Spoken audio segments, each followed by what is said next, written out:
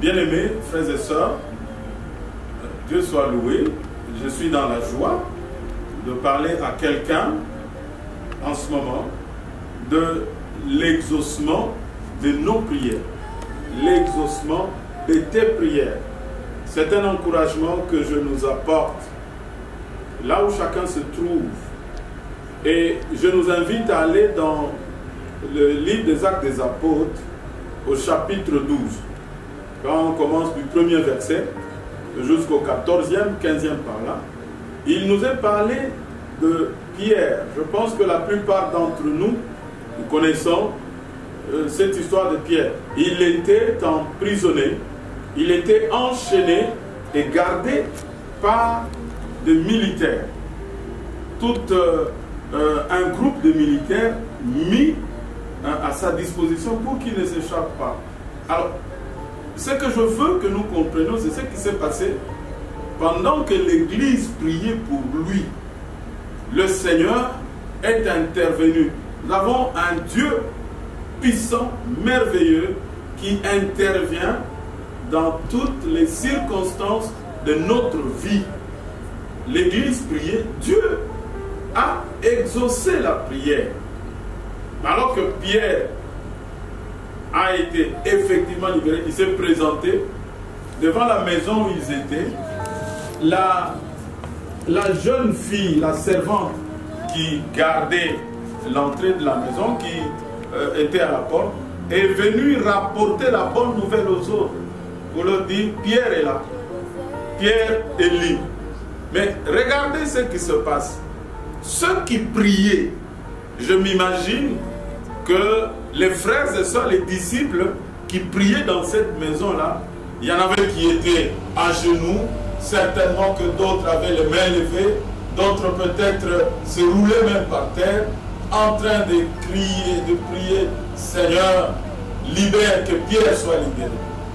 Au moment où eux priaient, constatons ensemble que Dieu a entendu leur prière, il a libéré Pierre. Mais lorsqu'on vient leur dire que Pierre est là, il est à la porte, ils n'ont pas voulu croire. Ils ont même dit, ça doit être son ange. Voilà. Je viens donc nous dire que Dieu écoute les prières. Je parle à quelqu'un pour l'encourager qu'il y a plusieurs endroits dans la parole de Dieu. Psaume chapitre 65, il est dit, ô toi qui écoutes les prières, tous les hommes viendront à toi. La parole de Dieu nous exhorte à faire connaître à Dieu nos besoins par des prières et des supplications. Tu l'as sans nul doute fait, quelqu'un le fait. J'aimerais te dire que tes prières montent comme un parfum de bonne odeur, comme le dit Apocalypse chapitre 5, devant le Seigneur. Nous connaissons l'histoire de Corneille. Il continuait à servir Dieu. Continue, ma soeur, continue, mon frère, à te consacrer au Seigneur. Consacre-toi, marche dans la piété. Tes prières sont exaucées. Et le jour où la concrétisation, la manifestation de l'exaucement va t'arriver, ça ne dépend pas de toi. Nous ne prions pas. La prière n'est pas un exercice de marchandage avec Dieu.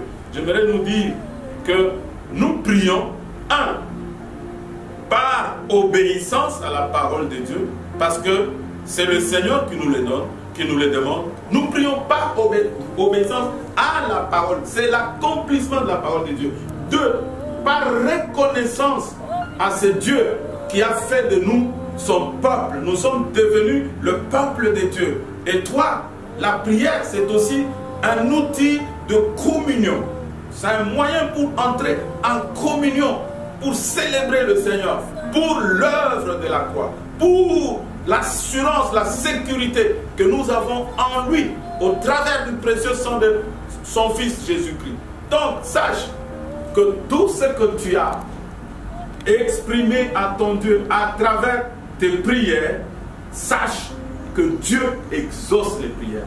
Et ma prière pour quelqu'un qui nous suit aujourd'hui, c'est que la manifestation de l'exaucement de tes prières t'arrive là où tu es. Ne doute pas prie. N'hésite pas. Ne dis pas que ça a mis beaucoup de temps. Non. Il a été dit à Corneille, tes aumônes et tes prières ont été exaucées. La même chose a été dit à Zacharie, Luc chapitre 2, chapitre 1 plutôt. Il lui a dit, il servait le Seigneur comme d'habitude. L'ange lui est apparu pour lui dire, tes prières ont été exaucées. Je dis à quelqu'un, Dieu écoute les prières.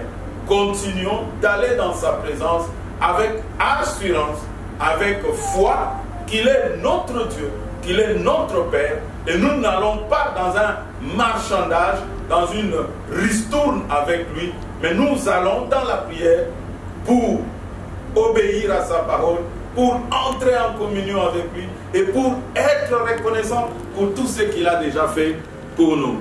Que Dieu te bénisse et que cela soit un encouragement pour toi. Au nom du Seigneur Jésus, je dis ces choses. Amen.